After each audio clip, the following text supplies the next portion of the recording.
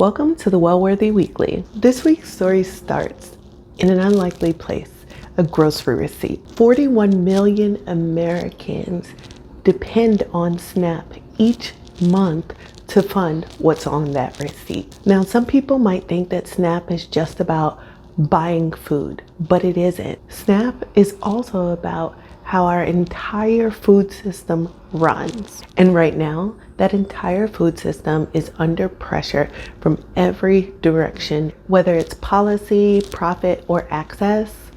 At the end of the day, it's all connected. SNAP, the Supplemental Nutrition Assistance Program, moves about $120 billion a year through the U.S. economy. Every dollar in benefits generates between $1.50 to $1.80 in the local economy. This matters because it shows that SNAP isn't just about only feeding the families that it supports.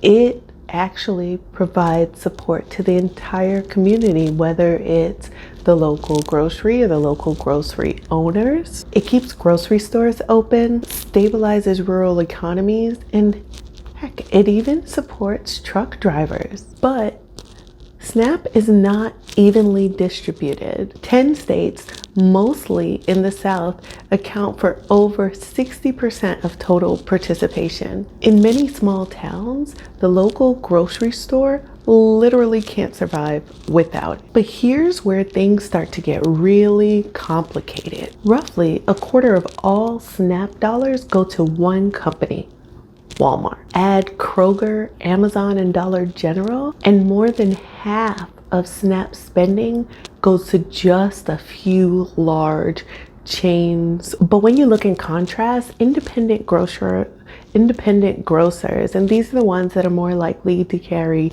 local brands, local produce. While they're a smaller piece of the pie, SNAP can represent anywhere from 30 to 70% of their business. So when benefits are cut or delayed, it's those stores that suffer first. The result from this is not just that these stores are suffering, but it can result in fewer local jobs, less access to regional and local choices and options in support of the local economy. And this doesn't just affect people who are on SNAP, it affects anyone who lives in that area, in that they'll have fewer choices. So what else happens when SNAP is cut?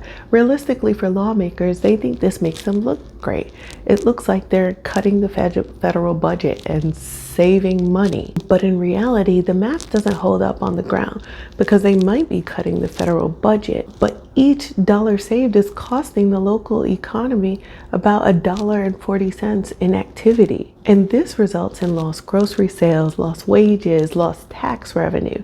So when you look at it for face value, you think, oh, great, this is great. But when you dig a little bit deeper, you say, wait a second, how does this math actually work?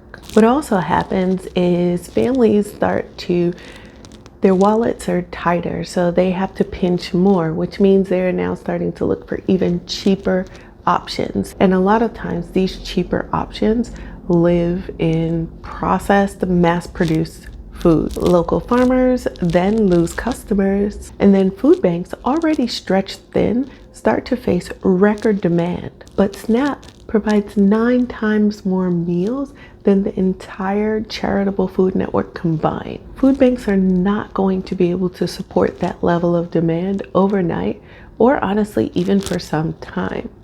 So it's definitely an unrealistic expectation that people can just go to the food bank if SNAP runs out. It's not the reality of how our systems are currently structured. And as nutrition quality drops, healthcare costs rise, especially for chronic conditions like diabetes, hypertension, and heart disease. So if these are all of the people losing, who wins when access shrinks? In short term, all the people looking for federal budget cuts, they'll claim savings. But much of that money gets reallocated to unrelated spending or tax breaks. In addition to that, what we start to see is even more consolidation in grocery.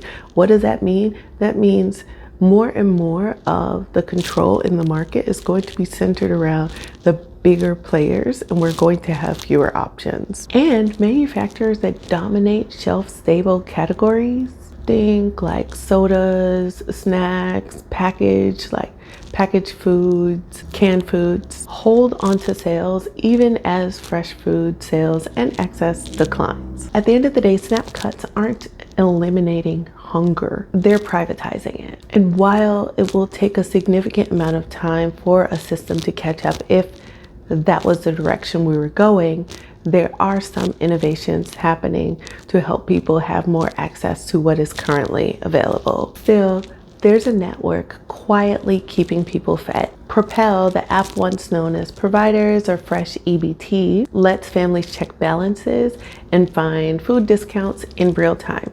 Now, this might be less beneficial with SNAP being cut, but it might help in terms of discounts on food and making your dollars stretch further with the dollars that you do have. Findhelp.org or 211.org are other services where you can search for help in like your local area, whether you're looking for food, shelter, medical access, food pantries, etc. And Project Dash from DoorDash delivers pantry boxes to homes for people who can't travel. We all know that these tools and resources cannot replace policy, but they do show what some solutions can look like when tech, compassion, and community align. You may be asking yourself, okay, so how does this affect me or my community? I'm just gonna lose a few grocery stores, and you might not care. But here is the thing, our food system is extremely interconnected, and food policy isn't just a social services issue. It's an economic one, it's a health one, and it's a justice one. Whether or not you use SNAP, the system that feeds you relies on it. When we connect the dots from a federal budget vote to the price of produce at your local grocery store, we start to see the real picture. Access, equity, and well-being aren't separate fights. They're one story.